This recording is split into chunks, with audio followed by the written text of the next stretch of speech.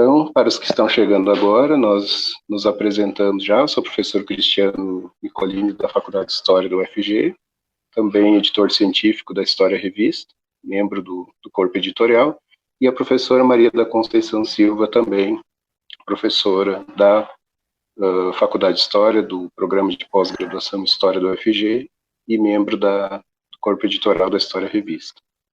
O professor Marcelo Fronza, da Universidade de Mato Grosso, está presente conosco, para os que chegaram agora. Então, saudamos oficialmente agora, sejam todos bem-vindos a mais essa live da História Revista, que está ligada à Faculdade de História e ao Programa de Pós-Graduação em História da Universidade Federal de Goiás. Vou passar a palavra à professora Conceição. Eu quero dar as boas-vindas a todos e a todas que estão chegando nessa live.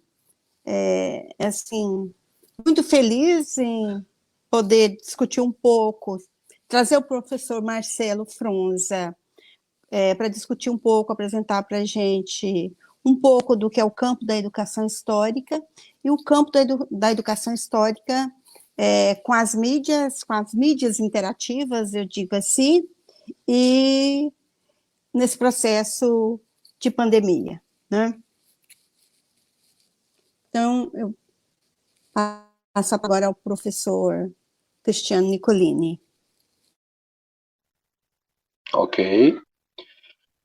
Então, como falamos, essa iniciativa é do Corpo Editorial da História Revista UFG, e hoje, como foi divulgado amplamente nas redes sociais, na nossa página no Instagram e no Facebook, o título da nossa conversa, do bate-papo de hoje é Educação Histórica, Mídias e Pandemia na Formação da Consciência Histórica dos Jovens.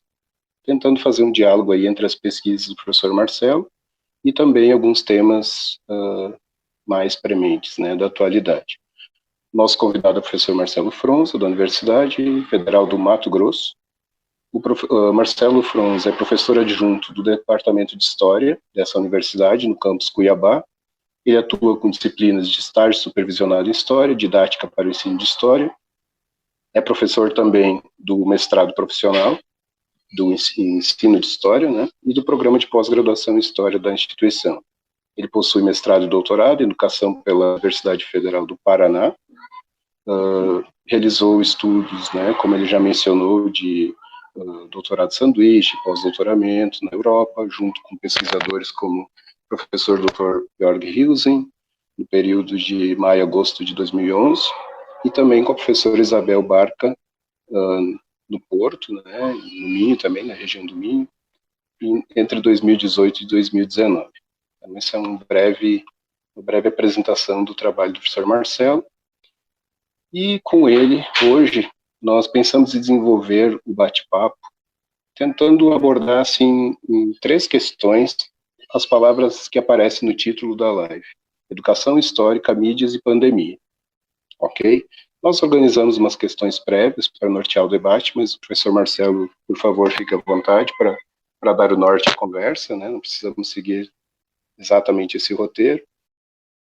Mas também nós queremos abrir um espaço para os participantes poderem interagir, perguntar e conversar também com o professor nesse tempo que nós teremos aqui hoje.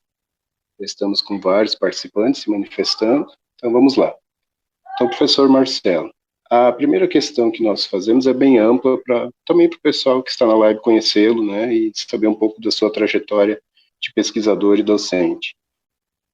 Como educador e pesquisador, como você se encontrou, né, como foi seu encontro com a chamada educação histórica, e de que forma esse campo de investigação influenciou na sua prática de pesquisa e de ensino? Ok? Passo a palavra ao professor Marcelo, ele falará um pouquinho desse campo de estudos dele, né?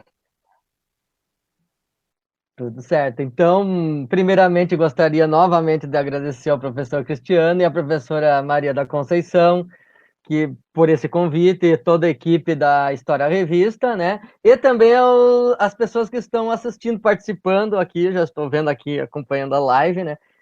Bastante gente entrando, e para vocês também é uma honra conversar com todos vocês aqui.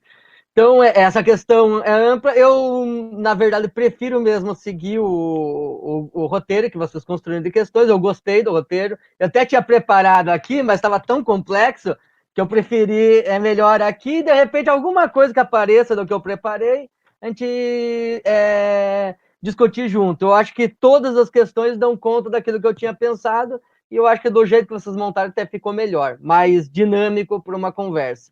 Então, a primeira questão é como eu conheci a educação histórica como campo de investigação.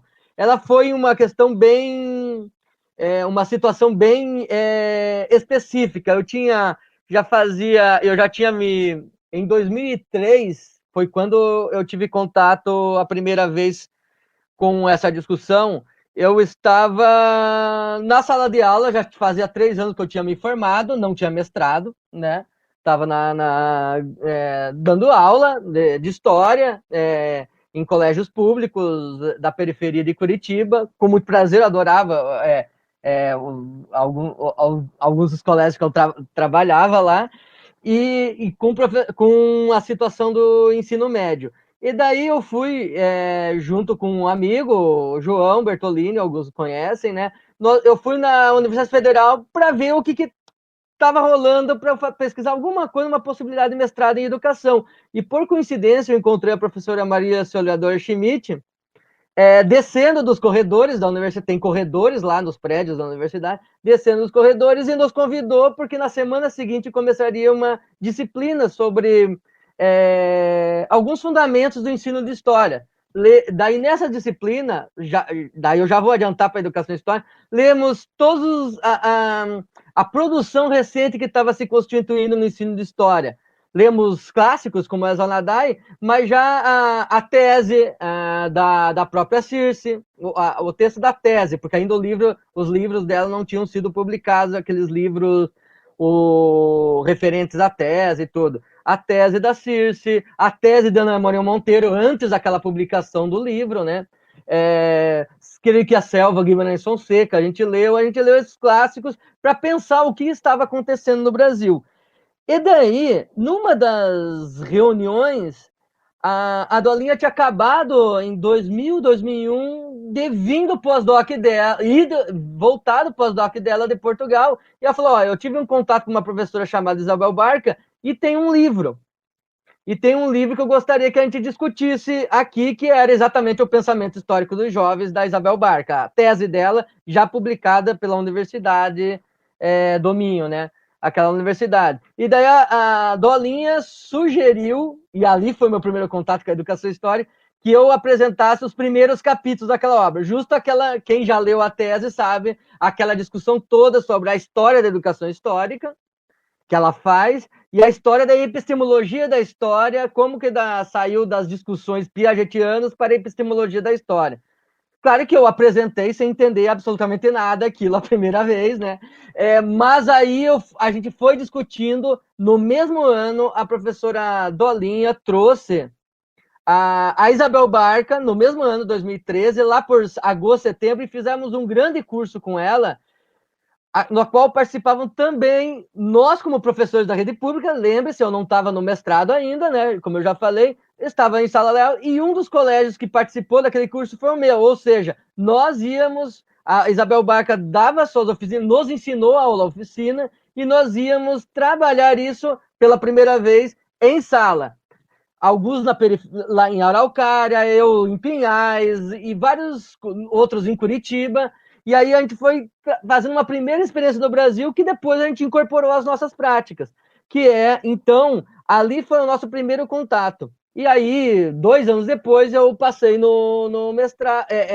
2 anos depois, eu entrei no mestrado e comecei a desenvolver o meu foco do trabalho com as histórias em quadrinhos, que a professora Maria Soledor Schmidt me orientou nesse processo. Então, meu primeiro contato como educador e pesquisador foi aquele seminário de educação histórica que houve em 2003, que foi exatamente, a gente considera mesmo, que é o nascimento do grupo do LAPEDU, né? Do Laboratório de Pesquisa e Educação Histórica. Claro que ele foi se formando a partir de 2003, com a participação de todo o grupo lá da UFPR, e hoje já tem até outros grupos vinculados ao LAPEDU. O meu, o GPEDU, na UFMT é um deles, mas tem o do Geiso, tem o de outros professores que também estão vinculados, Geiso da Unicentro, que estão vinculados ao LAPEDU.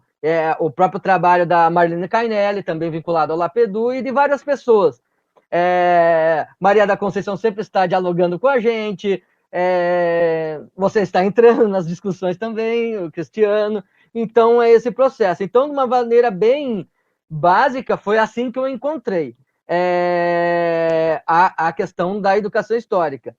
E daí, para explicar um pouquinho o que é a educação histórica, para quem ainda não conhece, é simplesmente, eu penso assim, é um campo de investigação que investiga, que pensa, que pesquisa as ideias históricas dos alunos.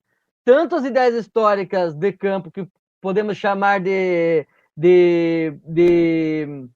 conceitos substantivos, ou seja, relativos às experiências históricas, aos conteúdos escolares, se você quiser chamar, a Revolução Francesa, a escravização, ditadura militar brasileira, e vários temas de várias vertentes possíveis de pensamento, como as ideias de segunda ordem, ou como o Riesing chama, meta-históricas, que são as ideias da epistemologia da história, as ideias que organizam a natureza do pensamento histórico, o fundamento do pensamento histórico. Então, se você pegar todas as teses e dissertações e os artigos, os trabalhos dos professores que estão em sala pesquisando educação histórica, eles estão investigando geralmente um conceito substantivo específico que ele está interessado em investigar, o que foi uma demanda dos alunos, ou uma demanda dos professores, tipo uma carência de orientação, gostamos de chamar, a partir da teoria do Riesing, e articulado com algum princípio, algum conceito de segunda ordem ou meta-histórica, como narrativa histórica, empatia histórica, explicação histórica,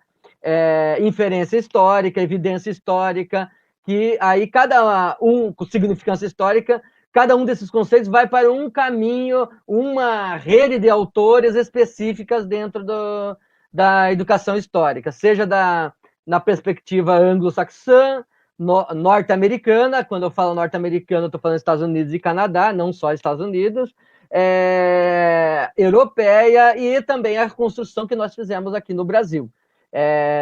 Uma construção bem própria, que dialoga muito com a experiência da didática da história alemã, juntamente com essa experiência, principalmente por conta do trabalho de Zé Balbarca conosco, da educação histórica portuguesa e anglo-saxã também no Brasil. A gente faz um debate, uma espécie de síntese para construir uma coisa original, ou seja, um campo de investigação original no Brasil, que dialoga muito com as discussões sobre didática da história, e então o campo da educação histórica também dialoga muito com a disciplina da didática da história que aparece nas universidades. Hoje tem vários nomes essa disciplina: metodologia do ensino de história, estágio supervisionado, que é a verdade, a didática da história, que a gente sempre está dialogando.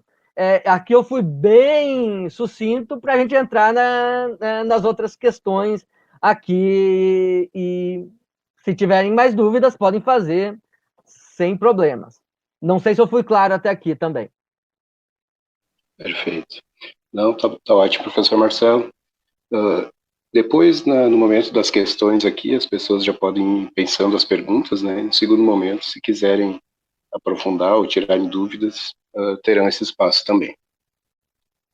Eu vou só colocar, então, a segunda pergunta aqui para a sequência, que dá continuidade a essa primeira contextualização que o professor fez sobre a educação histórica e a sua relevância aqui no Brasil, inspirada em vertentes europeias e também norte-americanas hoje, né? Então, especificando mais o tema agora, para depois chegarmos especificamente nos objetos que nós vamos tratar aqui. Para a educação histórica, como você disse, a possibilidade do uso de fontes, de temas, de objetos de pesquisa, ela se amplia significativamente, contribuindo tanto para o ensino quanto para a pesquisa em história e ensino de história, considerando as investigações de pensadores europeus, latino-americanos, principalmente. você especificamente, então, nessa sua trajetória de pesquisa, você vem abordando e compreendendo dois objetos centrais, né, que a gente identifica na sua trajetória, que são as histórias em quadrinhos, primeiramente, no início, a partir da sua dissertação e tese, e mais recentemente trabalhos envolvendo mídias digitais também, né, vídeos do YouTube, materiais produzidos que são utilizados também, tanto no ensino de história quanto em outros espaços em que a construção do conhecimento se dá. E também depois, especificamente, eu sei que o pessoal alguns se manifestaram nas redes, ansiosos já pelo tema, em um artigo específico em que você trata de uma websérie, né? Mas a gente vai adiar ainda essa resposta para a próxima pergunta para não misturar tudo. Então, o pessoal que está querendo falar de Dark, aguenta um pouquinho aí que a gente já vai chegar no tema. Agora seria, então, histórias em quadrinhos, vídeos de YouTube. Como isso pode se transformar em objeto de pesquisa, ou fonte para pesquisa e para o ensino de história? Como você compreendeu esse material e como vem trabalhando com isso, certo? Sim. Vou passar a palavra, então. Primeiramente, eu gostei muito da pergunta, porque você também incorporou, e eu tinha esquecido na minha primeira fala, as pesquisas latino-americanas, não só brasileiras. Na Colômbia está tendo um belo trabalho sendo construído pelo professor Javier, a professora Laura, na discussão sobre currículo, dialoga muito com a educação histórica lá no México. Temos no Chile pesquisadores dialogando, muito a partir da concepção espanhola da didática da história, das ciências sociais, mas estão dialogando com os conceitos que eles chamam, que a nossa significância histórica, que é a relevância histórica. Em espanhol, eles preferem o termo relevância histórica, que é um bom termo, que é nesse sentido mesmo que é a ideia de significância, né? O que é relevante para os sujeitos quando pensam em história. Então, essa experiência latino-americana é muito rica, e deve ter até mais outros que a gente ainda não conhece, porque a rede está circulando, né? Sem contar que tem África, já estudos de África, Angola, Cabo Verde, creio que até em Moçambique já tem algum estudo dentro da educação histórica desenvolvido também. Então, esse adendo é muito importante. A educação histórica não é uma disciplina eurocêntrica, como alguém poderia, por acaso, ao contrário, ela é uma reconstrução pluricêntrica, na verdade, da história da humanidade, que tenta pensar pluricentricamente a história da humanidade, né? Claro que a gente bebe em alguns pensamentos humanistas, porque a base do humanismo, a primeira, historicamente, aparece também, principalmente em termos sistematizados, na Europa, mas existem na China esse pensamento humanista com outros nomes, existe na América, toda essa teoria do viver bem é baseada numa concepção humanista na América Latina, e os conceitos africanos de viver são teorias humanistas, só que dentro da lógica africana não se chamou de humanismo. Então, só para deixar um pouco claro que eu não considero a educação histórica um campo eurocêntrico e muito menos etnocêntrico. Então, vamos agora para o que você perguntou mesmo, que é como eu compreendo essa questão das HQs e recentemente os vídeos do YouTube. Primeiramente, eu considero como artefatos da cultura histórica dos nossos jovens. Eu falo jovens porque eu investigo mais os jovens, né? Nas minhas investigações, eu tendo a investigar muito as ideias dos jovens do ensino médio, e já algumas vezes eu enveredei para investigar ideias dos meus próprios estudantes da graduação, que ainda são jovens, né? Os jovens já com a maioria já mais de 20 anos, mas ainda jovens com preocupações da juventude que estão se formando para ser professores, né? Então, é esse público. Mas o meu foco sempre foi em ensino médio, na investigação. Por que é importante? Se são artefatos culturais, artefatos da cultura histórica, ou seja, instrumentos do fazer humano, da prática, da relação do homem com a natureza e sua natureza, são instrumentos fundamentais para compreender como circulam os valores e a memória da cultura histórica desse jovem. Como essa história que nós vivemos, que ele vive, compreende e incorpora por meio, por exemplo, das histórias em quadrinhos. As histórias em quadrinhos, por exemplo, são ótimas para discutir isso, porque já é um artefato constituído de ela, além de ser fonte, ou seja, uma fonte para o pensamento histórico, e não só quando ela discute temas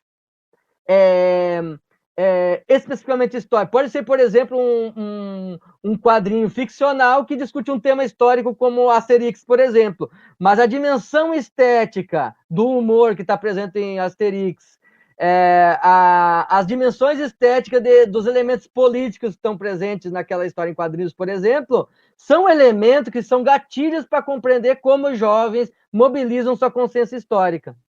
Não sei se vocês estão pegando. Essa que é a ideia, essa é a minha preocupação que eu procuro investigar. Primeiro, a partir da ideia de inferência, que eu busquei na minha dissertação, a partir dos Asterix, e depois a ideia de intersubjetividade e verdade histórica na minha tese, com os quadrinhos didáticos sobre a independência do Brasil, né? Que eu procurei confrontar dois quadrinhos na minha tese, que apresentam interpretações diversas do mesmo, sobre perspectivas históricas diversas, sobre o mesmo fenômeno que é a independência do Brasil.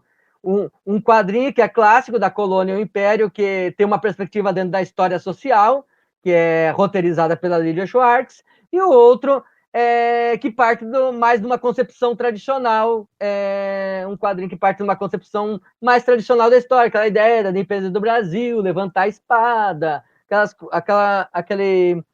toda aquela mitologia construída no imaginário da identidade nacional brasileira.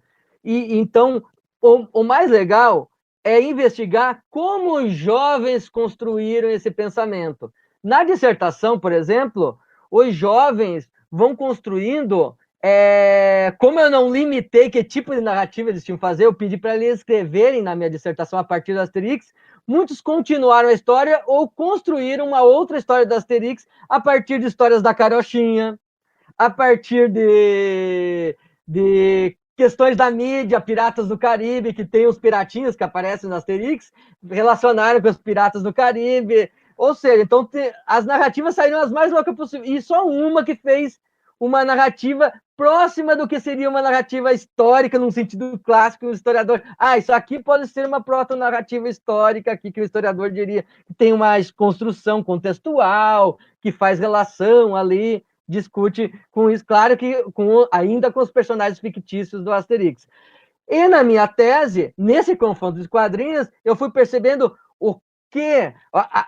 Eu gosto de dizer assim, o antagonismo no conceito de verdade que os jovens se posicionaram com os quadrinhos. A maioria dos jovens se posicionou a favor da interpretação mais tradicional, e os que não se posicionaram com essa concepção mais tradicional, portanto, que aquele quadrinho da Lilia Schwartz, a partir de uma história social, que ele utilizava e brincava muito com elementos estéticos mais ousados.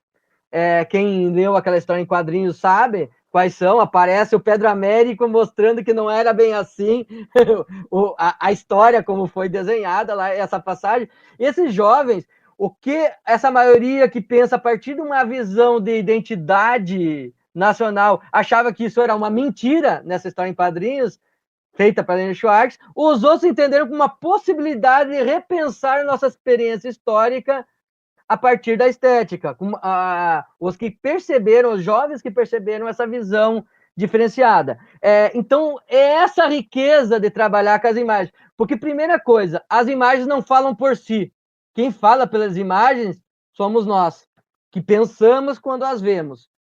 É impossível desenvolver, eu gosto de dizer assim, é impossível desenvolver aprendizagem histórica por meio de games, por meio de jogos, por meio de quadrinhos, por meio do vídeo do YouTube, por meio do Observe Dark, que a gente vai falar para frente. Você desenvolve consciência histórica investigando a forma como o jovem aprende quando tem contato com esse tipo de artefato cultural, esse tipo de fonte. Aí sim pode ser que cada tipo de fonte gere nos alunos, e isso é importante, o sujeito é o principal. O quadrinho é o elemento mediador, por isso que ele é uma mídia. Ele é uma mediação social, uma mediação cultural, melhor dizendo. Uma mediação cultural. Nesse processo de mediação, ele pode gerar formas de aprendizagem específica. As canções, como o Luciano Azambuja pesquisou, geram um tipo de aprendizagem específico, os quadrinhos um tipo, mas não elas, é a relação com o aluno. Por que eu falo muito importante? Para a gente fugir daquela ideia nociva de quadrinhos, vídeos, filmes como recurso didático. Isso já deu, não tem mais futuro, não funciona. Por quê? Porque aí é a ótica para criar uma metodologia de ensino-história, e não uma metodologia que parta da aprendizagem para daí construir uma metodologia de ensino pautada nas ideias dos jovens, históricas dos jovens, para construir isso. E aí eu considero que sim, tanto histórias quadrinhos como vídeos do YouTube também. Vídeos do YouTube, só para começar a falar, tem, na aula de história, é bastante interessante. Foi um desafio que eu fui para fazer o pós-doc. A minha ideia era continuar com os quadrinhos. Só que eu queria trabalhar mais a dimensão da história difícil, a história traumática, que quem leu meus últimos artigos já percebe que eu estou indo para esse caminho. Eu tenho produção sobre ditadura militar brasileira. Ainda não fui à escola para discutir esse tema. Eu só analisei uma tipologia do tipo de quadrinho que aparece em ditadura militar brasileira. Quadrinhos autobiográficos e também biográficos, que também tem muito dessa dinâmica. Minha proposta era essa, mas aí a professora Isabel Barca resolveu me desafiar. Vamos sair do seu porto seguro, que é o quadrinho, e vamos fazer um tipo de material que contém, inclusive, as ideias que tem no quadrinho, que é o vídeo no YouTube. E com toda essa dinâmica que o YouTube tem, né? Com toda essa dinâmica que o YouTube tem. Então, eu comecei a fazer essa investigação. Eu não terminei ela ainda. Eu trabalhei em 2 escolas do norte de Portugal, uma em Paredes e outra em Santo Tirso, a quem eu agradeço tanto a Universidade do Porto como a Universidade do Minho, e os professores Luiz e a professora Marília Gago, Luiz Alves, que ajudaram nesse processo, e os professores que estavam lá dando aula para os alunos que abriram espaço, Paula. Nesse trabalho, eu procurei entender, fazer uma metodologia meio parecida de confronto de 3 vídeos de YouTube, um do Castanhari, sobre a colonização do Brasil, a ideia. Peguei vídeos sobre a colonização do Brasil. Um do Castanhari, que tem mais de 6 milhões de visualizações, na época que eu passei. Outra da Débora Ladim, sobre o ciclo do ouro. E outro ainda de um jovem, JP Cortes, que discute a revolta dos Búzios, que é o que a gente chama a revolta dos alfaiates, que em Salvador é chamada de revolta dos Búzios, que é como as pessoas se chamavam naquele evento lá. Então, é um nome construído pelos próprios sujeitos, a revolta dos Búzios. Isso que é interessante, né? E daí eu trabalhei com esses vídeos com os portugueses, eu ainda não fiz no Brasil, tem muito a fazer. E foi muito rico o resultado da discussão deles, porque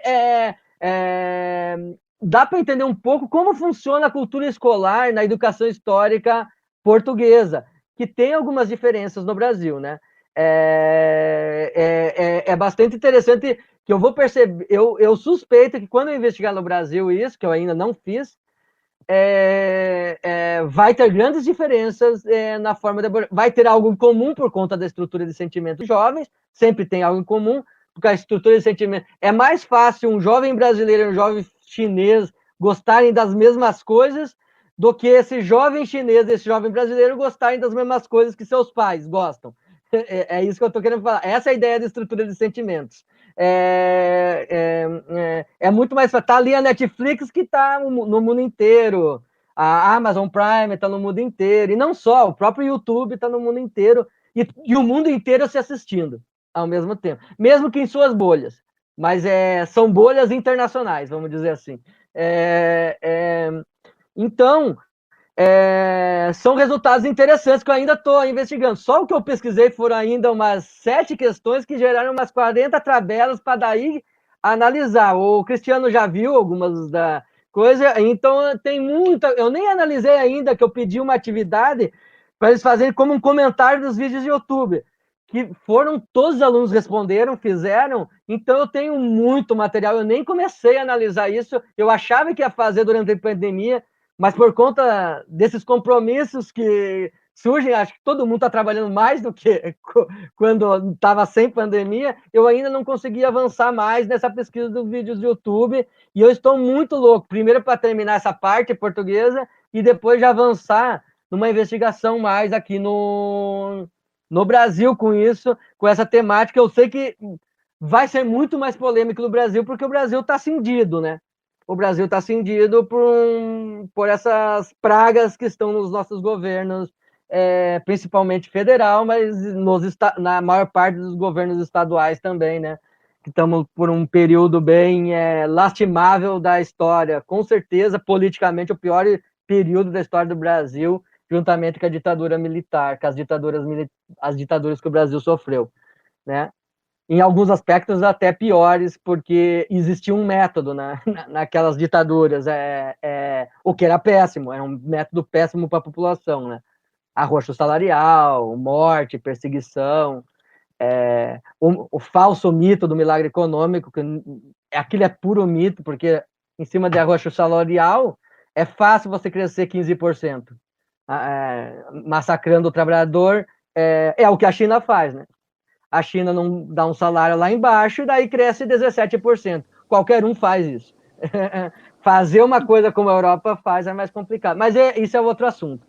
O importante é pensar como essas formas, o vídeo do YouTube, eu estou entrando, ele é mais rico, eu não estou trabalhando só o que é falado, os critérios estéticos, e mais, os jovens percebem também elementos didáticos, inclusive elementos didáticos bem tradicionais e complicadinhos ainda estão em muitos vídeos, ao ponto dos jovens se incomodarem com vídeos que quebram essa estrutura didática tradicional, que é muito próximo com essa estrutura dos cursinhos, dessa aula cursinho, né? Que mesmo esses caras tentando quebrar, esses youtubers, tem um fundinho disso ainda ali, que eu acho que é um grande defeito desse material que a gente precisa repensar se a gente quiser entrar no YouTube, né? Marcelo, pegando um gancho com essa sua fala, nós gostaríamos de te fazer a terceira pergunta, porque aí você toca numa questão que é extremamente importante, a quebra dessa didática, né? Dessa didática tradicionalista, né?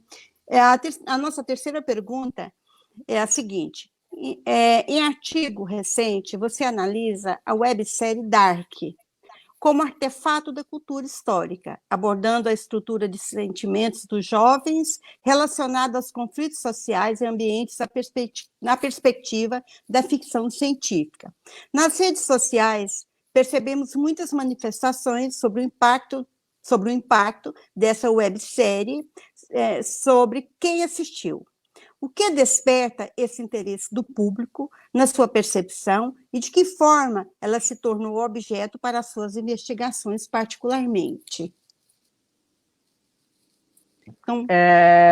primeiramente, eu gostaria, obrigado pela pergunta, primeiramente, vocês fizeram até a propaganda, né, da coisa em cima disso. Primeiramente, eu gostaria de dizer que não se sintam culpados. Eu também não entendi completamente a série. Eu tentei pegar algumas linhas. Eu espero que pelo menos os produtores e roteiristas tenham entendido. Eu acho que entenderam bem. Eu estou acompanhando agora algumas análises. Eu fiquei até feliz que, exceto uma coisinha do final do meu artigo, as possíveis projeções de expectativa de futuro que eu tinha, no geral, elas bateram, porque eu não estava preocupado somente com o andar da série, mas com a temática que a série estava propondo. Não sei se estão entendendo. Com o processo existencial e a carência de orientação que a série propunha. Então, eu acho que nesse sentido, o meu artigo ele acabou, mesmo com a terceira temporada, que eu só errei o nome da personagem que veio do futuro, do outra dimensão, que eu chamei de Ariadne, né? Que era a própria Marta. E, na verdade, em que pese que já no primeiro capítulo da terceira temporada ficou frisando esse elemento também, né? Que depois descobriu-se que era Eva o nome, por causa do Adão, essas coisas todas. Isso é uma viadinha, quem viu a série sabe qual que é essa discussão aqui. No resto, eu estava preocupado mesmo com essa dinâmica do conflito que os jovens têm na construção da sua relação com a natureza, porque, principalmente nas primeiras temporadas, era um tema muito forte. Depois,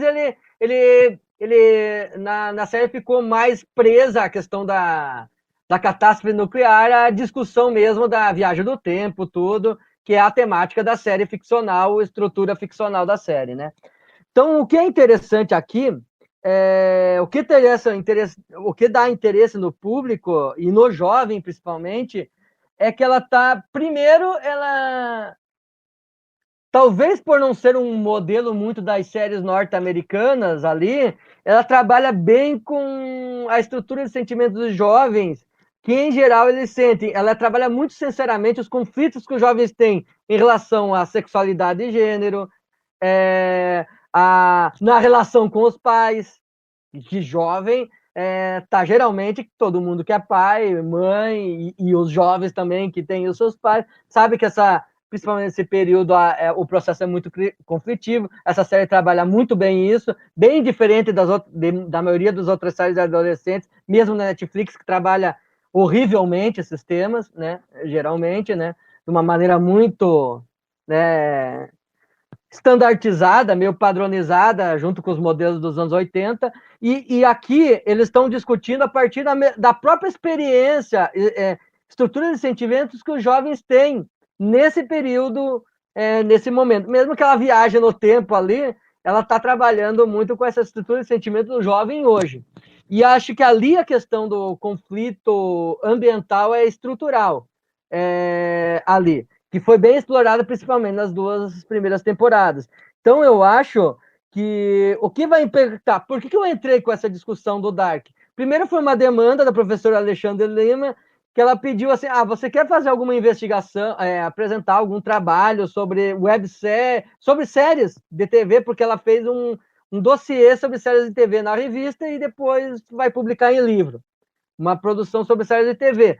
Então eu nunca fiz, eu resolvi ficar desafiado. Eu estava em dúvida entre aquela da HBO, a dos robôs, esqueci o nome agora, Westworld, mas aí eu já vi um artigo que eu me senti totalmente satisfeito com aquele artigo, que eu até cito no artigo desse do Dark, ou o Dark, mesmo sabendo que era uma loucura fazer. Então eu comecei a fazer por isso, mas qual que era a minha preocupação? É exatamente, eu quero investigar, e eu já estou começando até a pensar, mas bem engatinhando, bem ali, pensar como o jovem pensa essa relação com a natureza. E, historicamente, que tipo de mobilização da consciência histórica e elementos da cultura histórica ele vai retirar. Quando eu falo elementos da cultura histórica, estou falando da dimensão de como ele aprende a questão ambiental, ou de como ele aprende a partir dos artefatos culturais, como quadrinhos, como próprio séries, vídeos do YouTube, porque são demandas que eu percebo que os jovens têm. Lá na Europa, é o caso da Greta, né? Thunberg, né? Greta Thunberg. E eu sei de casos de que aqui na periferia de Cuiabá, numa escola bem periférica de Várzea Grande, tem jovens preocupadíssimos com as queimadas no Cerrado, causadas pelo agronegócio ou pelas consequências do agronegócio aqui do Mato Grosso. Então, esse processo ali, ele é estrutural, uma carência de orientação do jovem que, segundo o Riesen, e eu concordo com o Riesen, ainda não é investigada pela história na escola. Por quê? Porque que entra na escola a discussão ambiental, ou pelo menos relação com a natureza, entra sempre aquela discussão que é muito importante, não vou negar, que entra via interdisciplinaridade e transdisciplinaridade da questão, vamos discutir questões ambientais, reciclagem de lixo, como fazer isso, tudo isso é ótimo. Mas que tipo de consciência histórica a gente gera e essa discussão gera? Eu acho que a escola perde muitas oportunidades e a disciplina de história ainda não está fazendo. E isso não é culpa de professor na escola. Não é. Isso é porque não existe ou ainda está se começando um trabalho nesse sentido. Então, eu estou começando a investigar. Eu até estou falando, nem vou construir uma metodologia para se trabalhar na sala com isso. A minha ideia é como investigar isso na escola. É o máximo que eu posso fazer agora, e eu acho que, já que a gente não fez ainda, ou fez muito pouco, é pensar. E eu acho que a gente tem que pensar pela história. A interdisciplinaridade vem primeiro pela disciplinaridade, depois pelo inter. Senão, não funciona. O primeiro capítulo do livro do Riesing, o último livro do Riesing aqui, ele faz uma, apesar de breve, excelente categorização do que é disciplinaridade, interdisciplinaridade e transdisciplinaridade. Isso aqui é curto, pena que ele não desenvolveu em outras obras ainda, nem nada, porque isso aqui vai contra toda essa ideia como a academia está perdida nesses conceitos de um jeito muito vago, relativista, com essas ideias de interdisciplinaridade e transdisciplinaridade. Não sou contra elas, desde que elas nasçam da epistemologia de cada uma das disciplinas. Se elas não sabem, e da relação com a vida. Se elas não nascerem dali, é pura pasteurização acadêmica. É a minha posição radical nesse ponto. Não sou contra a interdisciplinaridade. Eu só sou a favor que se crie ela. Ela ainda pouco existe.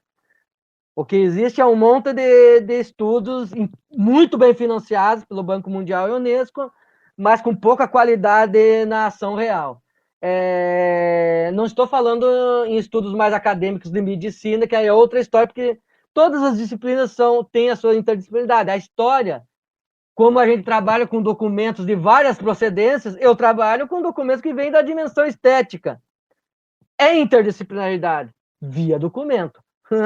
Via fonte, via narrativas históricas. Eu acho que é aí, a gente tem que pensar por dentro. Nisso Hegel estava certíssimo e o Riesing, nisso ele pega de Hegel. A coisa não está na transcendência, está na imanência. A gente tem que pensar por dentro do conhecimento para se abrir para o mundo, para se abrir para os outros e para enxergar o outro em nós mesmos.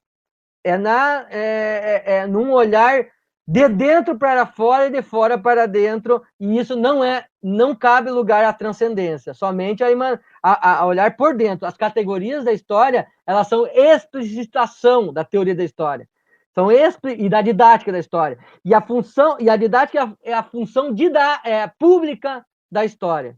Ou seja, é explicitar os fundamentos do pensamento histórico. E esses vídeos o próprio Riesing faz em vários diálogos que eu tive, inclusive quando eu fiz o sanduíche com ele.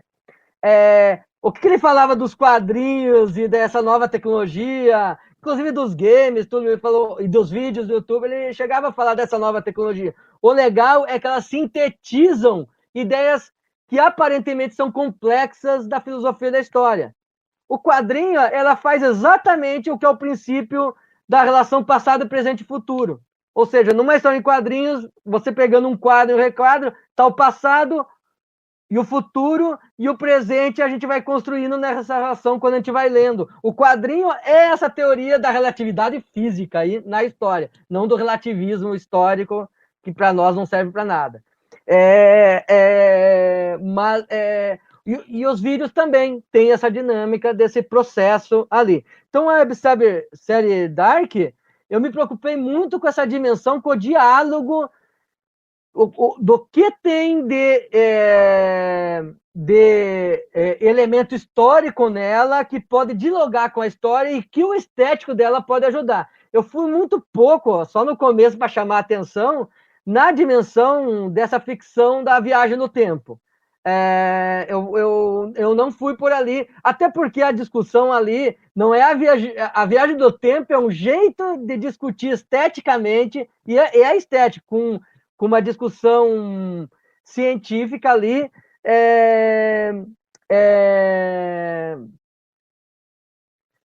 na impossibilidade de dar certo uma vida a partir da crença em mitos. Eu acho que está muito ali nessa ideia. O final da série Dark mostra muito isso, a da terceira temporada, dando um spoiler, mostra bem isso. Na verdade, tudo aquilo era ficção. De uma maneira muito bem construída. Então, o que é importante entender, mas a discussão ética proposta, e que para nós, que faz parte da relação homem-natureza que aquela série propôs, homem, como fala, é seres humanos, aí mulheres e todas as formas de gênero possível ali, que a própria série aborda, inclusive, essa relação ética, ela debate muito bem e dialoga muito bem com as carências dos jovens e dos adultos também. Porque as pessoas não só assistem porque ficam confusas com ela, é porque mexem com valores, a relação com os pais, coisas que a gente queria ter dito e não disse, não pôde dizer, todas as coisas aborda de uma maneira muito singela, muito simples e muito forte. Outra experiência que eu tive recentemente eu terminei essa semana, eu faço isso só nas madrugadas, né? Poucas horas, porque eu não tenho tempo durante o dia, né? Terminei de jogar o videogame, o The Last of Us 4, que também a mensagem é muito mais importante que estruturas de jogabilidade, a mensagem de que não vale a pena você viver do ódio, como essa turma que nos governa no Brasil hoje, não vale a pena nem para eles, nem para só as pessoas que são vítimas saem perdendo, e principalmente os perpetradores do ódio, da vingança, dos pensamentos autoritários, também são os primeiros a serem destruídos em si mesmos, na sua forma, no seu sentido de viver. Então é muito interessante, essas discussões hoje estão cada vez mais forte numa certa mídia, que estão propondo enfrentar de uma maneira muito honesta esses problemas da estrutura de sentimentos dos jovens. E os jovens estão dialogando com isso, sobre as suas dores, suas carências, que estão ali. Então, eu não tenho uma resposta. Então, mas nas minhas investigações, eu eu acho que ficção científica é um caminho, mas assim, eu não sei como, quando eu vou fazer, porque eu estou caminhando. Eu encontrei, por exemplo, nos meus quadrinhos, na análise dos quadrinhos sobre ditadura militar, que tem muita ficção científica de história alternativa, por exemplo. Nos temas sobre ditadura militar, quadrinhos militares ali, sobre história, não quadrinhos militares, quadrinhos sobre ditadura militar. Eu entrei na ficção científica muito por conta dos quadrinhos brasileiros e ficção científica, sobre essa temática. Por exemplo, tem o Pátria Armada, que conta a história como se o Brasil, se houvesse a resistência à ditadura militar, o que aconteceria no Brasil. Ele cria um Brasil alternativo, que está em guerra civil até hoje, entre pessoas ligadas às visões democráticas contra os autoritários que se tornaram assumidamente fascistas. Claro, vestindo verde e amarelo. No quadrinho, isso bem antes da modinha de 2013, 2015, dos palhaços saindo da rua de verde e amarelo. Bem antes disso. E essa história em quadrinho já abordava isso aí é uma história em quadrinho do começo do 2010, 2015. São exemplos. O próprio O Doutrinador, que virou até série de televisão, virou filme, que é um quadrinho também de ficção científica que tem origem na ditadura, a temática tem origem na ditadura militar brasileira, né? Então, foi dali que eu fui para a ficção científica. E aí eu encontrei com um grande teórico que eu uso e trabalho, que eu adoro ele, que eu já falei várias vezes do conceito dele, que é estrutura de sentimentos, a ideia de cultura comum, que é o Raymond Williams. Ele tem um texto brilhante, curtinho, só existe em inglês esse texto, que é sobre ficção científica, que dialoga muito com as ideias do Frederick Jameson, que é o melhor teórico sobre essa temática, ficção científica e utopia, que é um materialista histórico dialético ali, o Frederick Jameson, muita gente conhece, né? É um grande intelectual do materialismo atual, né? Que discute muito a ideia do capitalismo tardio, essas coisas. Então, essas ideias eu estou construindo. Vai servir para isso, pensar essa relação do homem com a natureza. Por quê? Porque essas ficções trabalham muito com as ideologias que, às vezes, até distorcem o modo como constroem a consciência histórica. E alguns desses vídeos, o Dark, um exemplo, mostra algumas chaves de como essa ideologia é construída. Quando ele mostra no final que toda aquela história era em vão, assim, não é que era em vão, se resumir a ficção, ela desvelou a ideologia. Olha, se eu fizesse diferente, vocês estavam na ideologia que se faz por aí em todo lugar, lá na ficção científica midiática que tem por aí. Nós resolvemos contar uma outra história, que é uma história de como é importante a vida humana. É isso a história de Dark. A vida humana é mais importante do que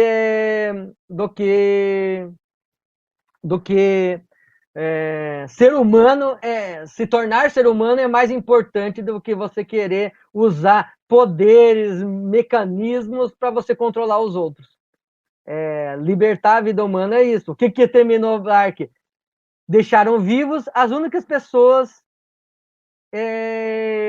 que estavam vivas, foram as vítimas em todo o processo. Foram as únicas que ficaram vivas no final. Achei belíssimo lá. As únicas pessoas que não tinham culpa nenhuma no cartório foram as que sobreviveram na história final. Mas, para isso, todos os culpados tiveram que se esvanecer. Né? É muito legal essa ideia.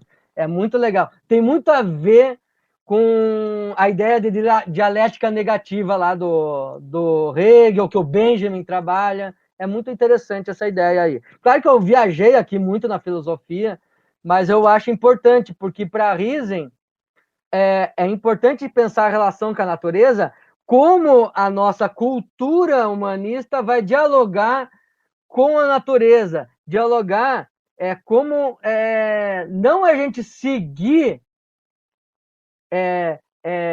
essas instâncias místicas que uma volta à natureza, tudo isso é falsidade, não existe isso. Vai para a floresta, você vai morrer no primeiro dia de fome, nas primeiras semanas vai morrer de fome.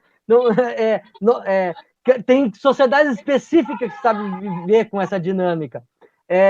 A verdade, a questão é como nós trazemos a natureza na nossa forma de tornar seres humanos, sem fazer que a natureza cria as suas reações para não destruir, reações inconscientes. A natureza não tem consciência, mas ela reage às nossas próprias práticas. Assim como a gente constrói o carro, a gente bate o carro e se mata.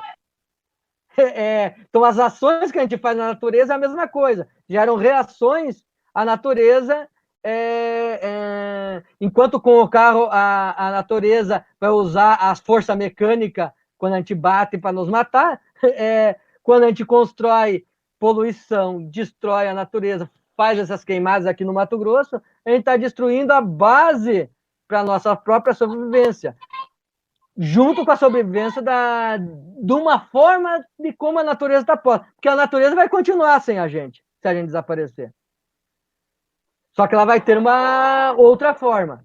Ela é essa relação que a gente tem que ter. A gente tem que ter como usar a natureza para a humanidade superar a fome, a desigualdade, as pessoas de fato terem oportunidade de viver e não só sobreviver,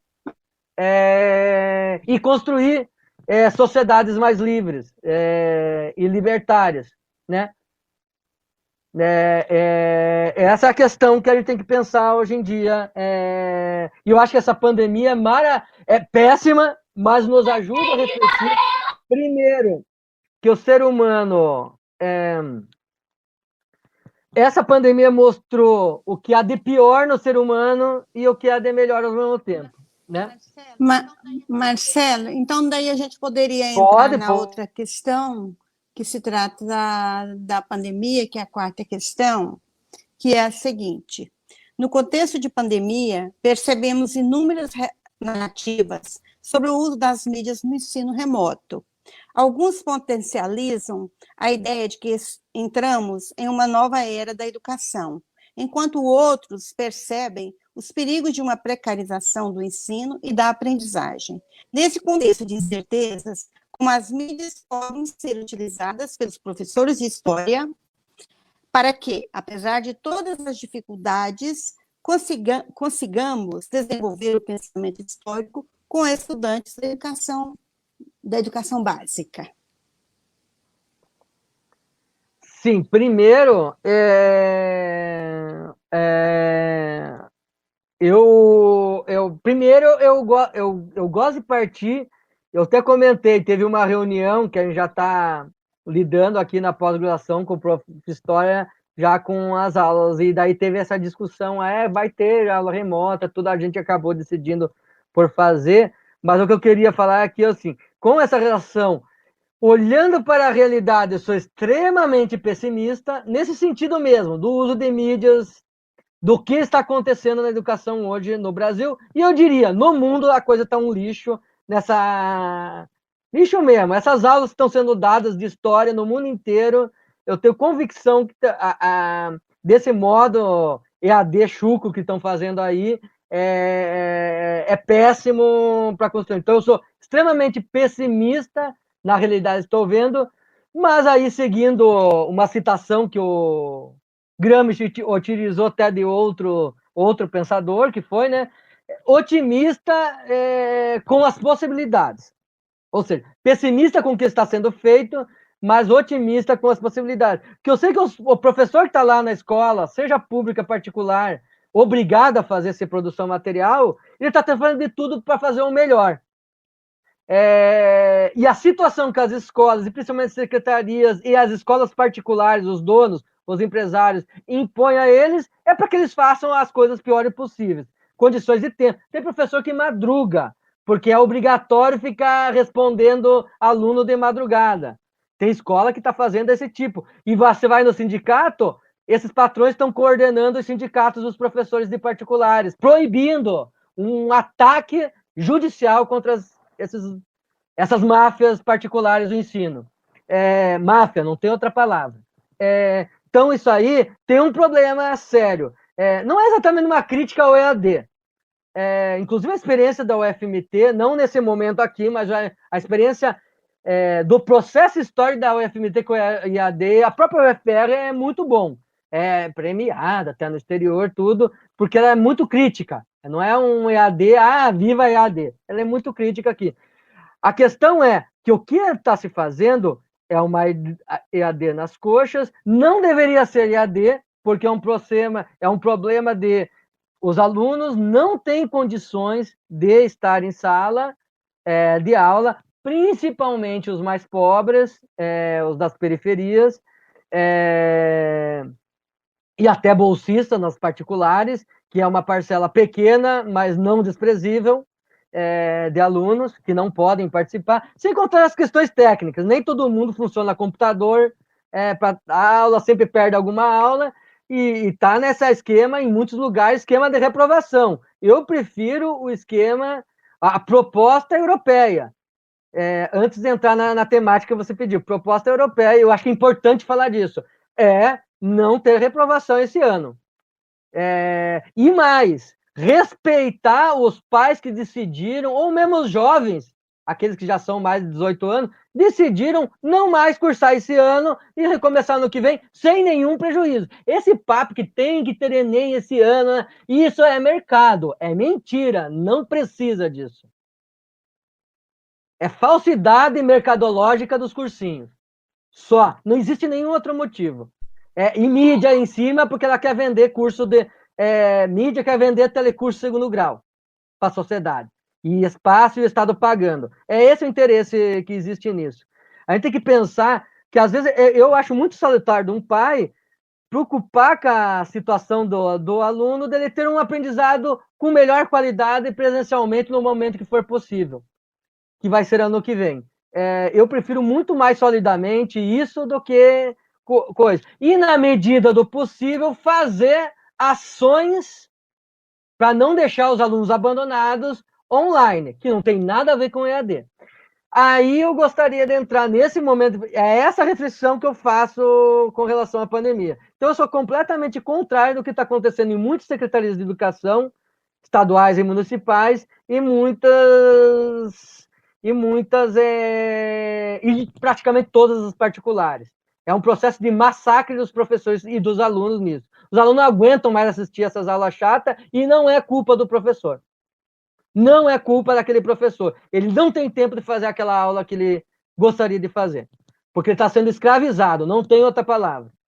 Porque ele está trabalhando até além da sua carga horária. E não está sendo pago, em muitos casos.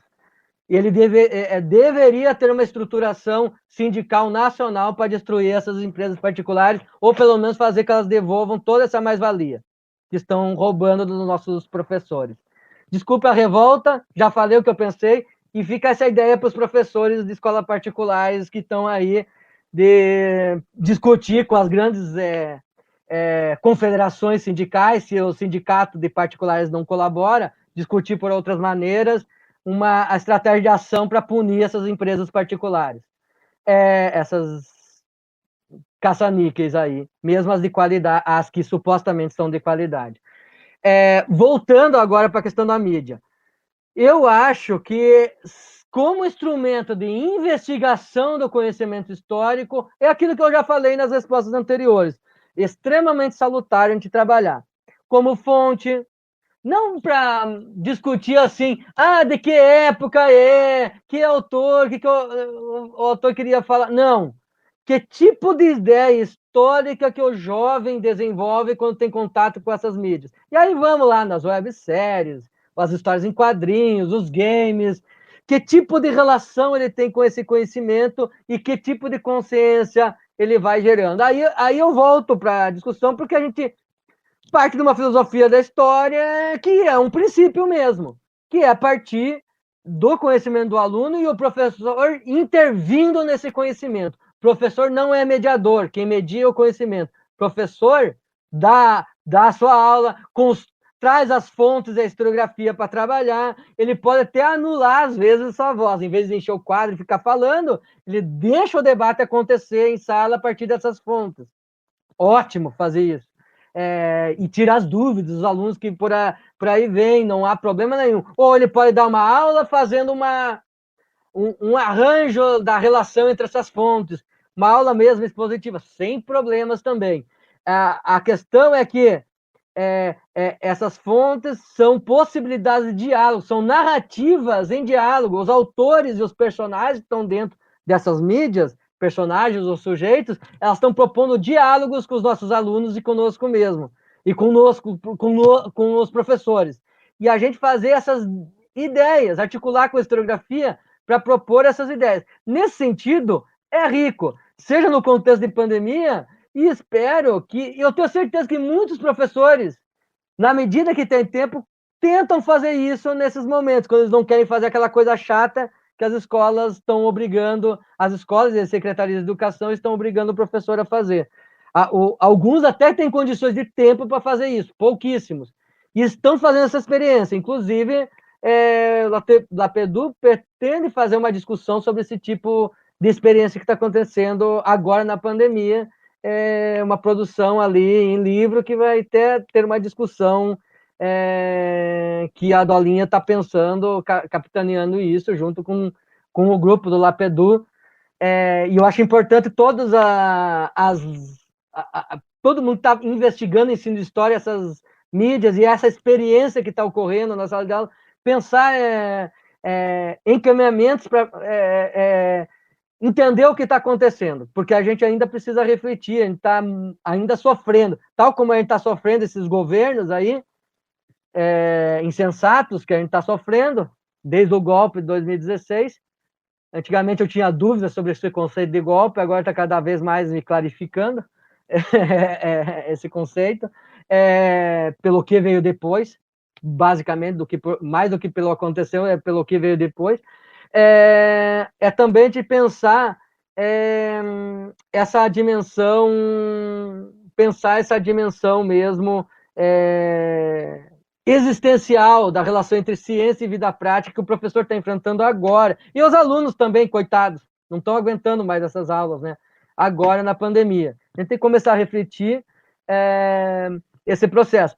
Sei como fazer? Claro que não. Ninguém sabe aqui. A gente tem que usar o nosso conhecimento que nós temos nas nossas experiências e começar a pensar à luz dessa carência nova. É uma carência que não existia antes.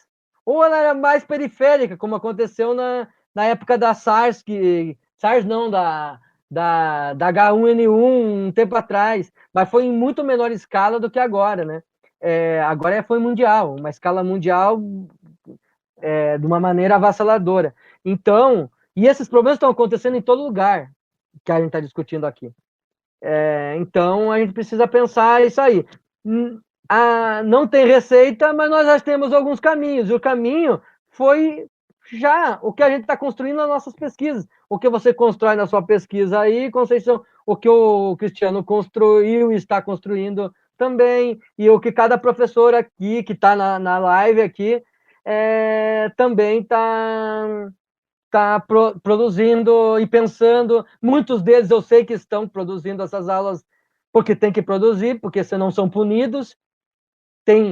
Parece que a Secretaria do Paraná quer reprovar aluno que não participar disso. Como vai fazer? Não tem como fazer isso. Como você vai reprovar?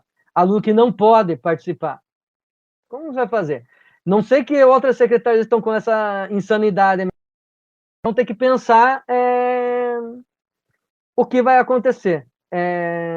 E eu acho que o professor precisa se organizar intelectualmente, como intelectual orgânico, ali na construção das suas pesquisas, sobre o que ele está fazendo, como os jovens pensam historicamente, como ele mesmo pensa historicamente, e também em termos de corporações mesmo e associações para atacar esses sem-vergonhas que estão querendo atrapalhar uma das poucas profissões que tem o domínio quase completo da sua forma de produção, né?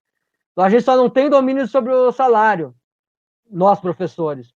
Todo o resto do processo de produção, nós temos como gerir e construir. Nós decidimos, ao tal do fecha a porta, nós fazemos na sala de aula, e até antes, e até depois da sala de aula. A gente só não domina o salário. Então, a gente tem que usar esse potencial, essa sobrevivência de áreas priscas na nossa profissão, que ainda dá espaço para a gente ser orgânico, mais do que conscientizar os outros, conscientizar nós mesmos, da importância do nosso trabalho para nós mesmos, né? Com todas as dores que temos nesse processo, né? É muito difícil o que está acontecendo hoje.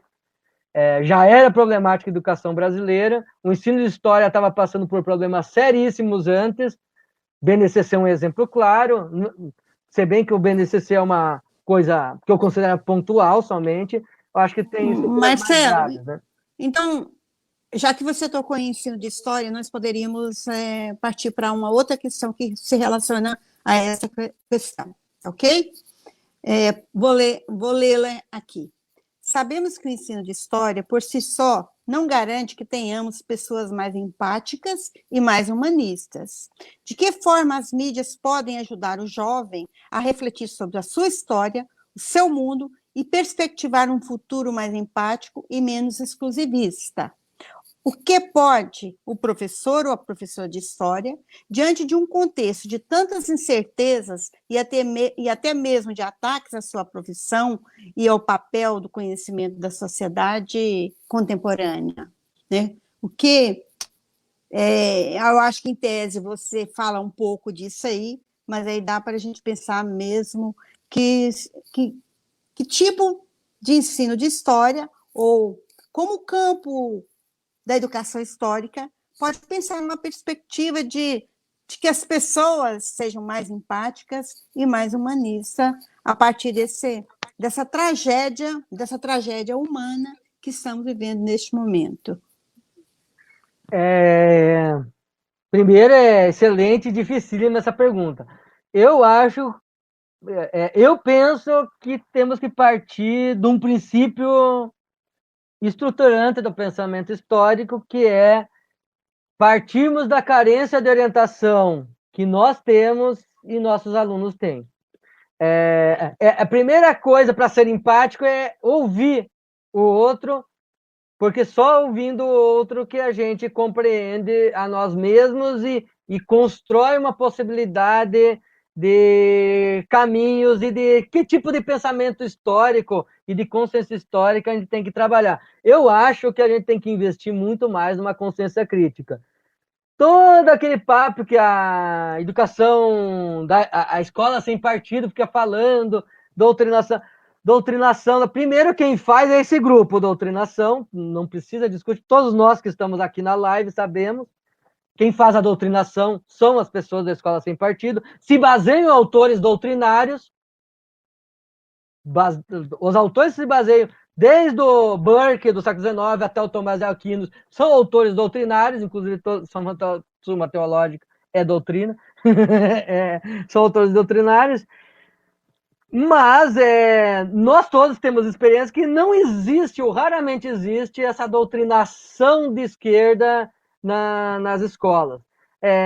A maioria de nós, professores, eu creio que todos, até os mesmos de orientação mais materialista, histórica e dialética, eu tenho convicção disso, trabalham com todos os campos da história. Assim. Quando ele vai discutir lá na sua aula como elementos da Idade Média, do Egito Antigo aparecem no presente, ele vai na historiografia que diz respeito, e às vezes não é uma historiografia materialista dialética, marxista, como falam lá. Então não existe esse marxismo cultural. Para nós é óbvio, uma obviedade. Mas é importante ter muito claro que a gente tem que construir um olhar crítico de que as condições materiais, esse antagonismo social, foi escancarado pela pandemia, pela Covid-16 ali. A gente está cada mais vendo. Essa é uma doença que veio dos ricos. Covid-19. Covid-19. Os números me perdi. Covid-19.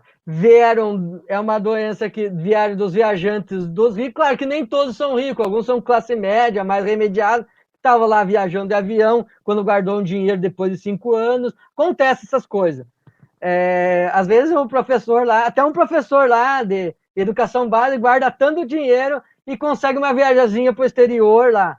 Tá, então, mas no geral foram pessoas ricas que espalharam suas doenças para suas empregadas domésticas, empestearam todas as suas cidades, e essas empregadas, em alguns casos, morreram, seus empregados domésticos morreram, ou nas suas festas, aquelas palhaçadas que ainda acontecem até hoje, se espalhou doença, principalmente vítimas das classes trabalhadoras estão sofrendo, chegou nas favelas e está esse processo ali. Isso só serve para a gente compreender que não tem hoje mais, não dá mais para aceitar esse discurso da esquerda pós-moderna ou de um certo relativismo liberal, de uma certa linha, mesmo de esquerda liberal ali, de que questão de classe já está superada. Desculpe, gênero, raça, relação entre nações está crivada pelas questões de classe. A pandemia provou. A natureza, ou seja, esse vírus, que não foi criado pelo homem, o homem criou condições para que esse vírus da natureza viesse para a gente, que estava lá na natureza, lá entre os animais da natureza, viesse para a gente, ele escancarou as desigualdades sociais. Quem está morrendo é o negro, é o pobre. Tem. Alguns das elites, alguns ali. Mas quem está morrendo mesmo são as vítimas. Então, ele tem que trazer essas formas de conhecimentos, essas experiências, na medida que ajude a construir a consciência, uma consciência de um jovem que compreenda, consiga escapar, de alguma forma, desse processo ideológico que está sendo construído.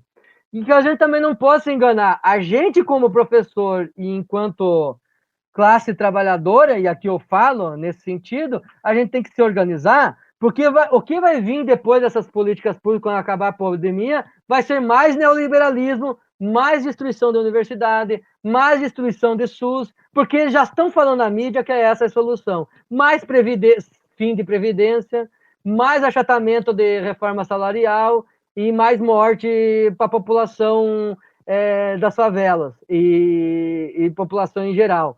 já estão defendendo isso, esse processo ali de reformas. Quando falam reformas, não é mais o antigo reformismo social-democrata europeu, é essas pragas de corte de direitos dos trabalhadores, seja público, sejam privado, da iniciativa privada. Então, a gente tem que... agora é o momento, sim, da gente discutir um pouco esse processo de consciência, e eu acho que a relação do homem... Voltando, estou repetindo demais isso. Compreender a relação do homem com a natureza e sua natureza é um elemento fundante. Está lá nos manuscritos econômicos filosóficos do velho Barba, está lá em Hegel, está nos primeiros filósofos e está na teoria do Riesen.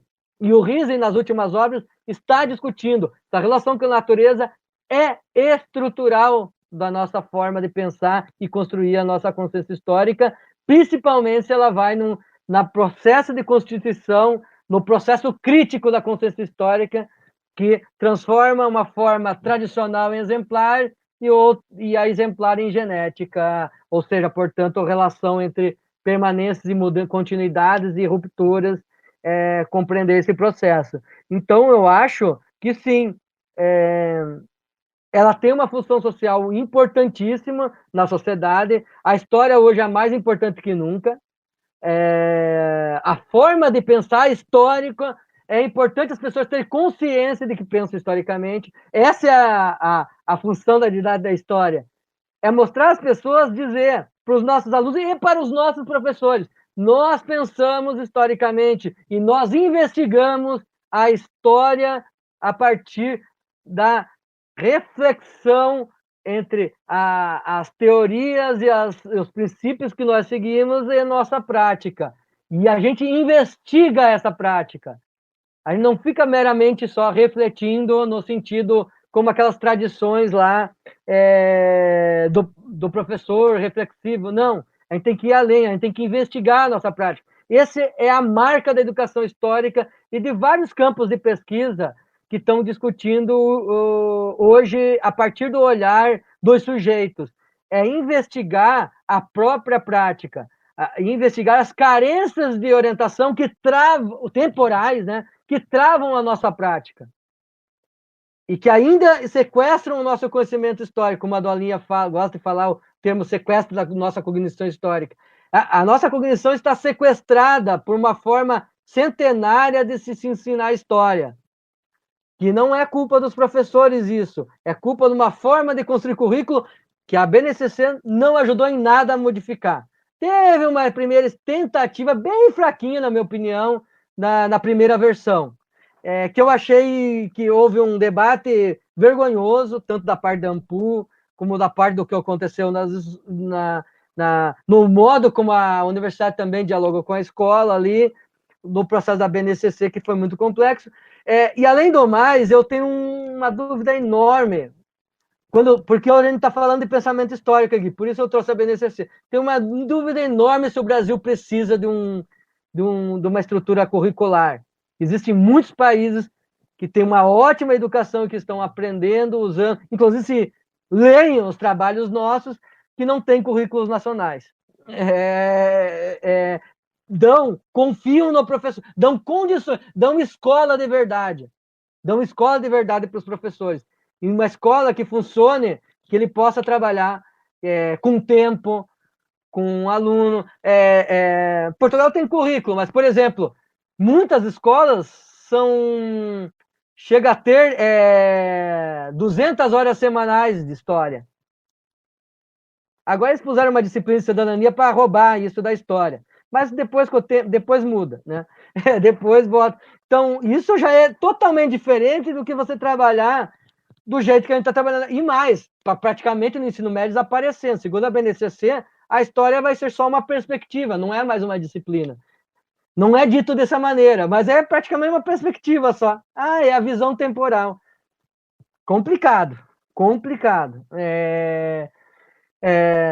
Nesse aspecto, a BNCC é muito pior que a ditadura, a 7692, que era ruim, da ditadura militar, que já era ruim, mas essa está muito pior, e o que vem junto? As estruturas educativas e políticas educacionais juntas são tão ruins ou piores que a da ditadura, que era péssima, foi a pior da nossa história. Agora conseguimos coisa pior. Então, a gente tem que começar a construir nossa luta, porque a gente está agora com o currículo das escolas privadas, que as escolas privadas querem ir para a escola pública, mas elas não põem no delas não esse currículo porco que está agora ali instituído no Brasil. Elas não põem, as privadas não põem esse currículo lá dentro delas. Não vão seguir. Porque elas sabem que não presta. Isso que está sendo oferecido para a gente. Elas sabem muito bem.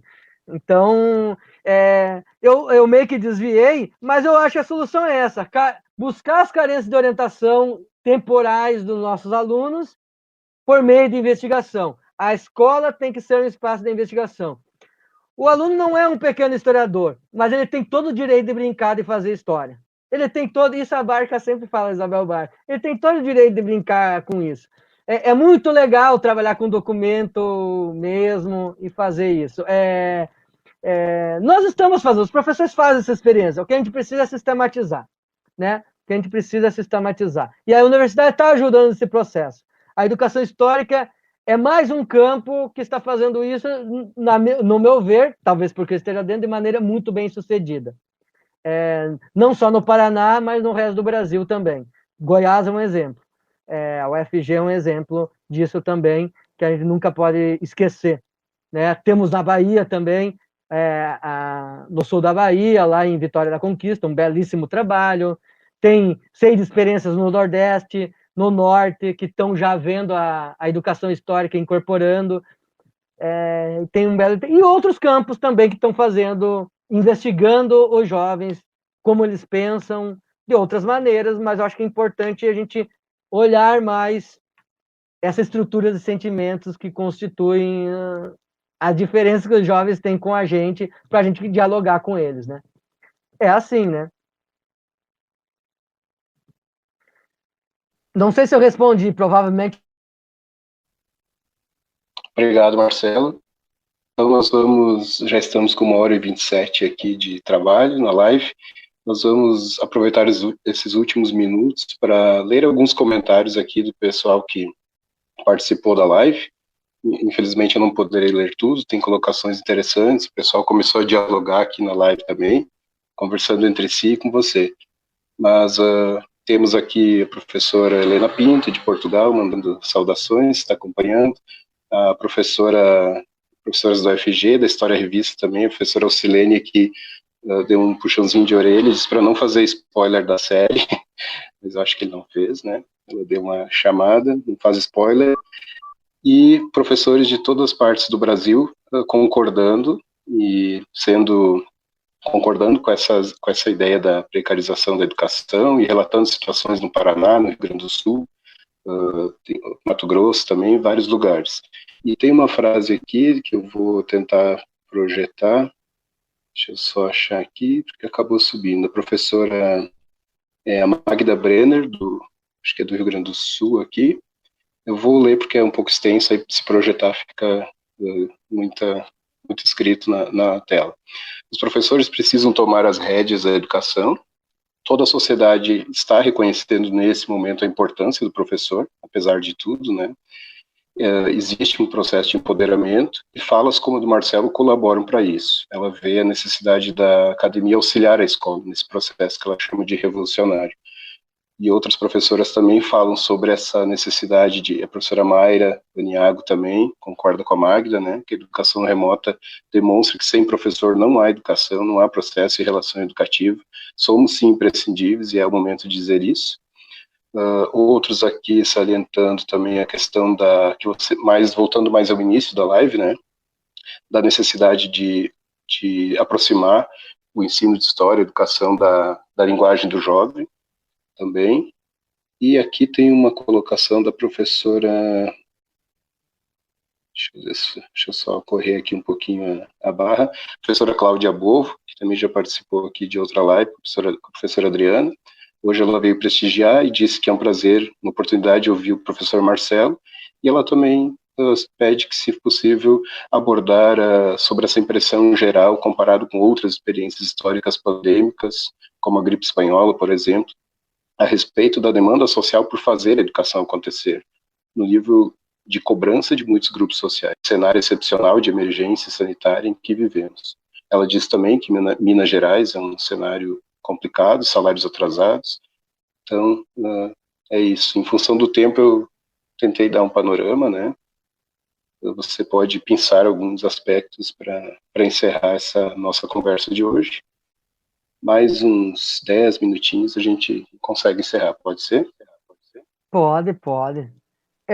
Primeiro, agradeço a todos, muitos são amigos, professores que eu conheço, outros são realmente eu não conheço, fico muito feliz que tenham participado. Concordo, sim, com a professora. Se eu não disser o nome, é porque está tanta gente aqui que concordo que a gente tem que. Eu acho que a gente tem. Eu penso mesmo, a gente tem que pensar de uma maneira agora, de certa forma, revolucionária mesmo com relação a essa transformação, porque não estão mais dando alternativa para a gente.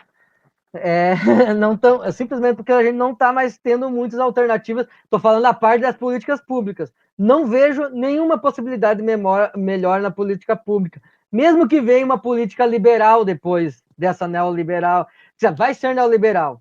Até a política que veio lá do PT era neoliberal para a educação, né? Mas não vejo nenhuma esperança de política pública que não seja o afastamento das escolas. Por isso que investiram tanto em BNCC, professores. Investiram porque não querem investir no que é importante, desculpe dizer. O que é importante é a estrutura da escola, condições salariais para os professores, condições da escola conviver com a comunidade de uma maneira e poder agir ter uma relação em comunidades mais periféricas, que é difícil a situação. As escolas hoje não têm aquele poder que um CIEP tinha naquelas comunidades, de transformar aquelas comunidades. Hoje a escola é vítima dos processos.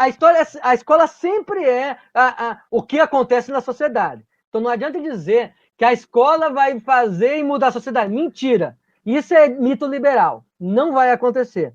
Agora, a escola pode gerar a consciência para que os homens possam transformar a sociedade. Ela pode ajudar nisso. Não é o único fator. A gente também deveria construir condições dificílimas. Eu não vejo ainda muitas perspectivas fora da rede da internet ainda, também de chegar a milhares e milhões de pessoas para trazer essa perspectiva diferente desse padrão neoliberal de pensamento. A gente precisa começar a fazer. Já existem experiências com algumas centenas de milhares de pessoas assistindo. Penso aqui na Sabrina Fernandes, professores, todos são militantes, professores. É importante trazer novas versões ali, para mostrar que existe um lado preocupado com o ser humano, porque o outro não é.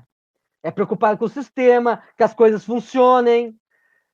A gente não tem que pensar que as coisas funcionem, ela tem que pensar que as pessoas tenham condições de conviver, e isso não está sendo possível nas escolas.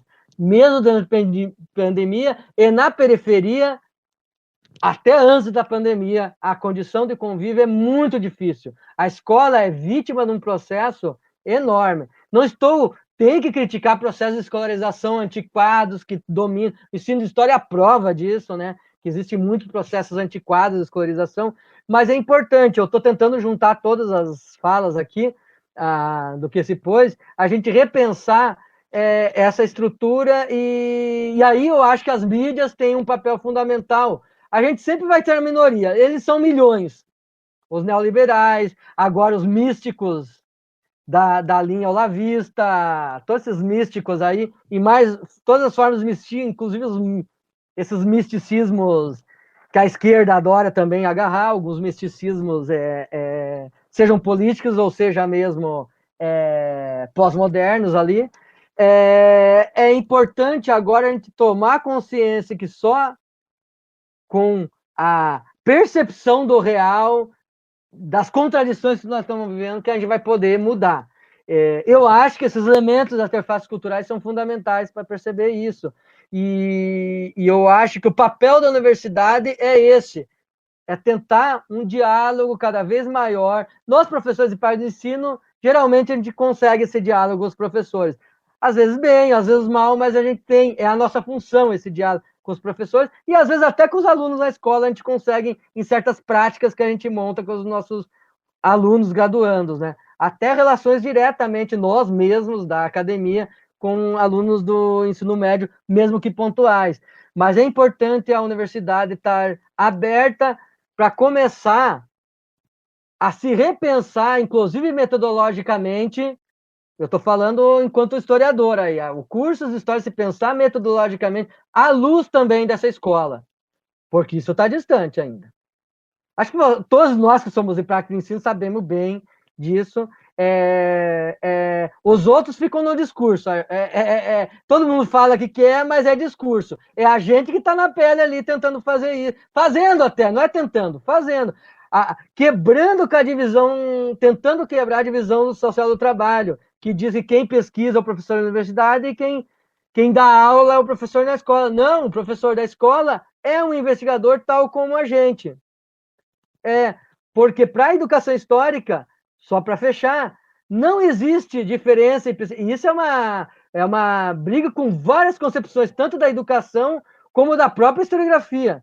Mas para a educação histórica, não existe diferença epistemológica, e eu diria mais, nem ontológica, entre a forma de conhecimento escolar e a universitária, da pesquisa universitária. O que existe é um grau de complexidade.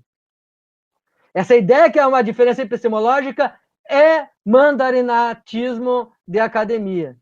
E, às vezes, uma certa visão de minimização que o professor tem. Tem que acabar com isso. Todo mundo é sujeito do conhecimento. O professor, o aluno e a universidade. A questão é como construir isso. A experiência da educação histórica do LAPEDU, o GPEDU construindo aqui, os grupos aí da UFG, estão provando que é possível fazer uma relação que, na prática, se destrua a divisão social do trabalho, pelo menos na prática da investigação.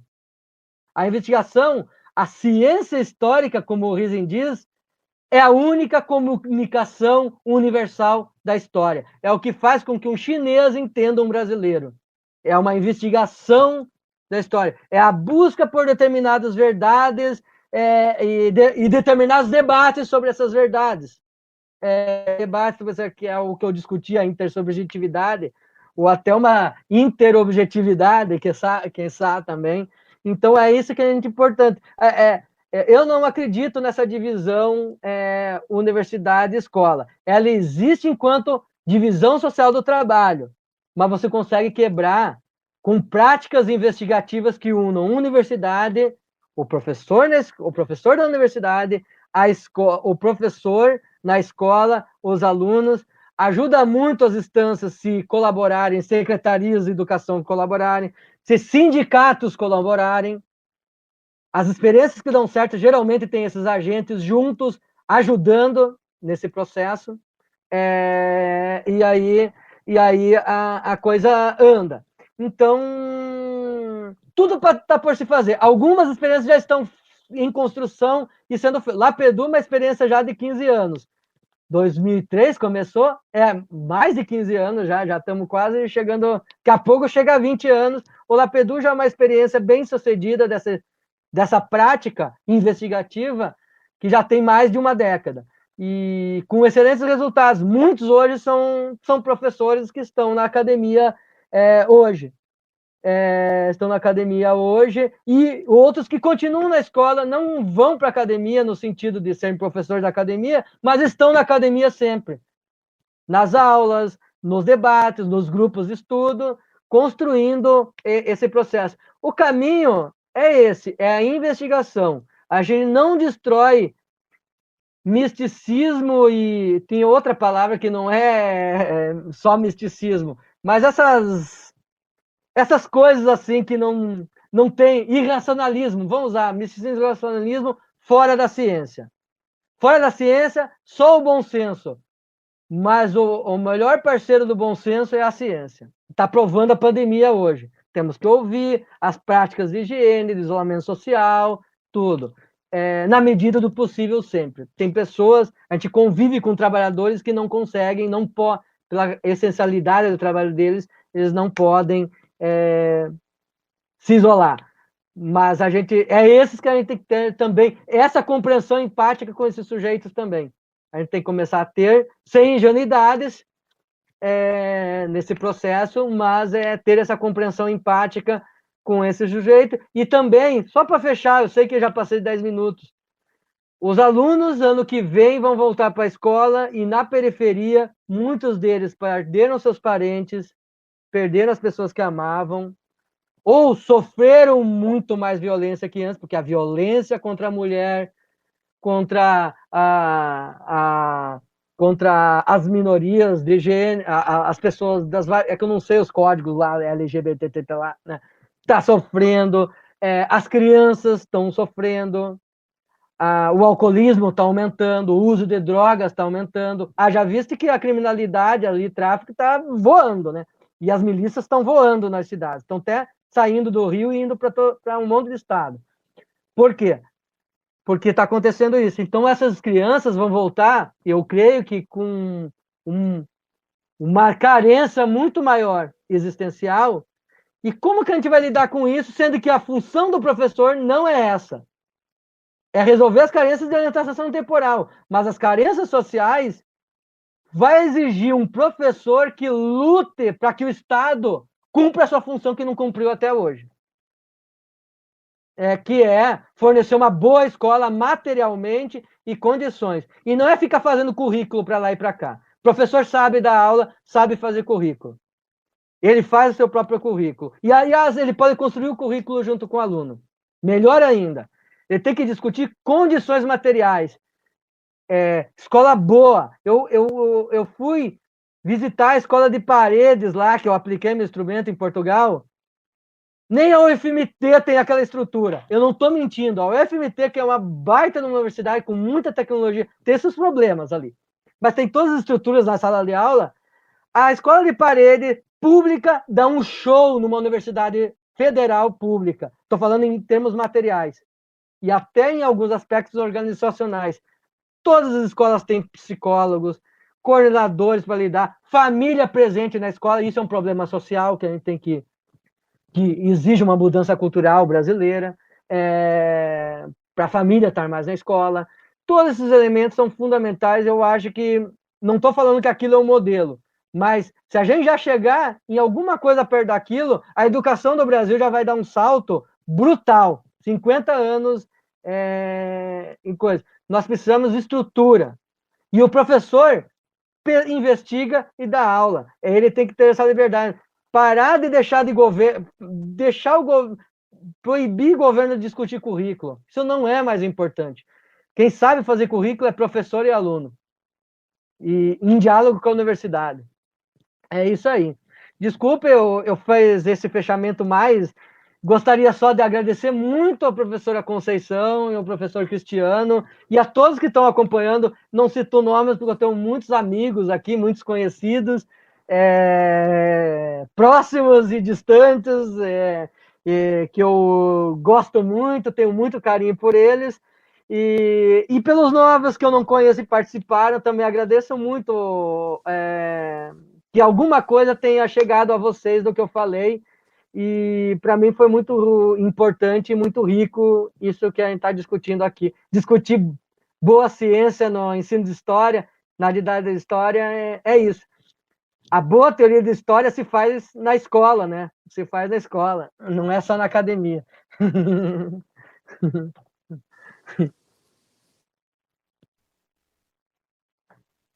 É isso então, professor, muito obrigado.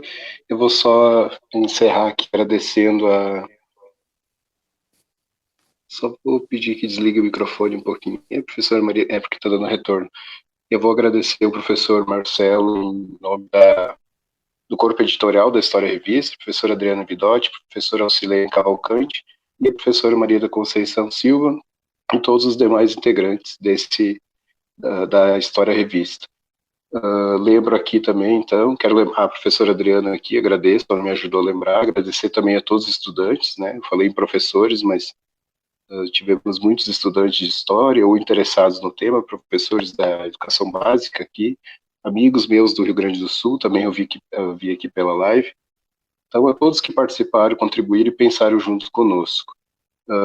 Lembro também que a próxima live, já vou fazer um comercial assim rápido, é no dia 22 de julho, nós vamos divulgar nas redes, também às 17 horas nessa página. O tema será historiografia, negacionismo e revisionismo em tempos de pandemia. Tema quente, né? Vai ser com o professor Alexandre de Sá Avelar, da UFO, e o professor Breno Mendes será o mediador em nome da História Revista. Então, vou passar a palavra só para a professora Conceição, encerrar, e agradeço a audiência de todos.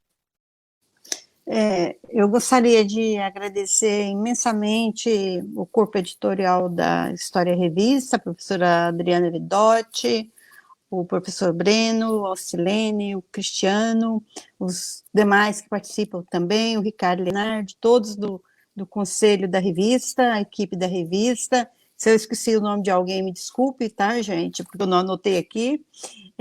Todos que têm colaborado muito com essas lives, que estão sendo assim, super importante nesse contexto de pandemia, para a gente refletir bastante sobre o que é a história, sobre o que é o ensino de história e sobre o que é a educação histórica.